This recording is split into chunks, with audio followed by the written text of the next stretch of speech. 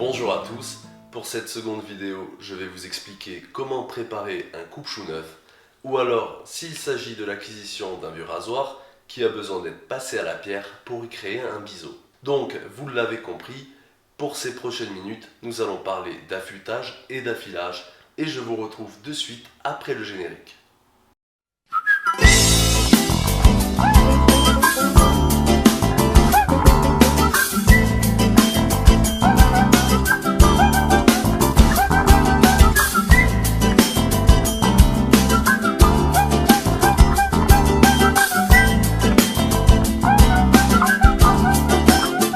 Minha aventura é a Sagatiba. Minha aventura. Le principal thème de cette seconde vidéo, comment préparer un coupe-chou neuf. Avant de commencer, je vais vous demander d'être bien attentif pendant les prochaines minutes et vous devrez l'être d'autant plus si vous débutez l'art du rasage à l'ancienne. La première question que nous pourrions nous poser est la suivante: pourquoi un rasoir rase-t-il? Eh bien, un rasoir rase parce que son extrémité est très fine.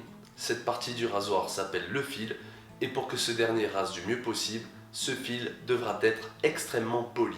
Mais comme je vous parle de fil, je dois également vous parler de biseau parce que ces deux-là sont indissociables. Le biseau, vous savez, c'est cette partie en forme de V qui précède le fil, donc par définition, le fil du rasoir se trouve à l'extrémité du biseau comme vous le voyez sur l'image à droite de votre écran. En résumé, un rasoir rase parce que son fil est très fin et qu'il est poli. Et plus un biseau est poli, plus le fil de ce dernier sera tranchant. C'est donc pourquoi nous allons parler de pierre, de pâte abrasive et de cuir. Généralement, lorsque vous faites l'acquisition d'un coupe-chou neuf, celui-ci n'est pas prêt au rasage. Mais le fabricant ou le revendeur aura effectué une bonne partie du travail de préparation du fil et, dans la majorité des cas, l'utilisation des pierres n'est pas recommandée.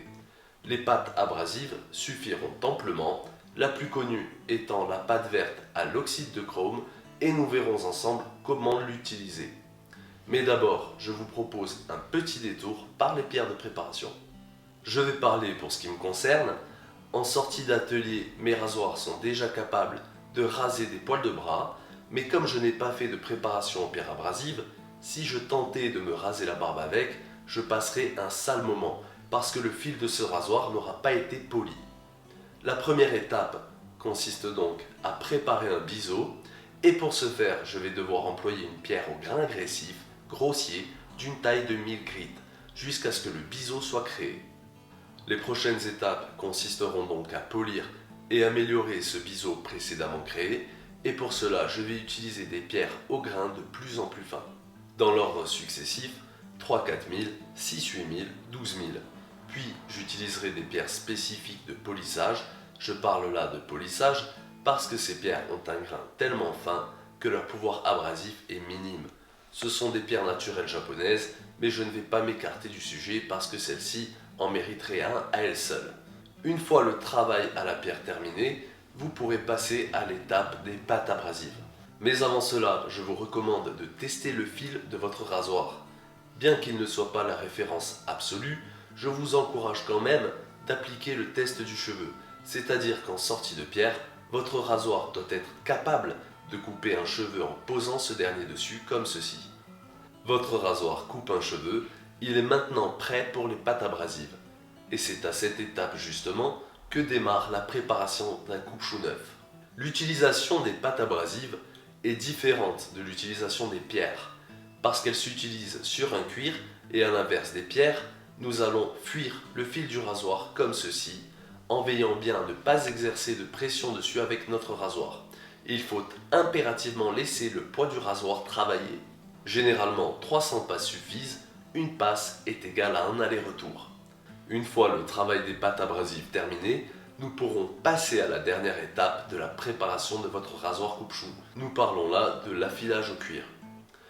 Pourquoi faut-il passer son rasoir au cuir? Eh bien, il faut passer son rasoir au cuir parce que cette étape est cruciale. Et bien qu'elle n'aura pas un rôle déterminant dans la capacité de coupe de votre rasoir, le passage au cuir va bonifier, structurer tout le travail effectué en amont. Il va organiser et aligner les carbures. Les carbures, ce sont de tout petits cristaux microscopiques qui composent l'acier.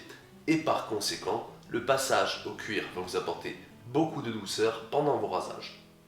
Je vous recommande donc d'effectuer 2000 passes au cuir ou plus si nécessaire, toujours en veillant bien de ne pas appuyer sur le cuir avec votre rasoir, mais plutôt de laisser travailler le poids de ce dernier. Et gardez à l'esprit que vous retrouverez la douceur de vos passes au cuir sur votre peau lors de vos rasages. Voilà, cette seconde vidéo est maintenant terminée. Quant à moi, il ne me reste plus qu'à vous souhaiter de doux et agréables rasages.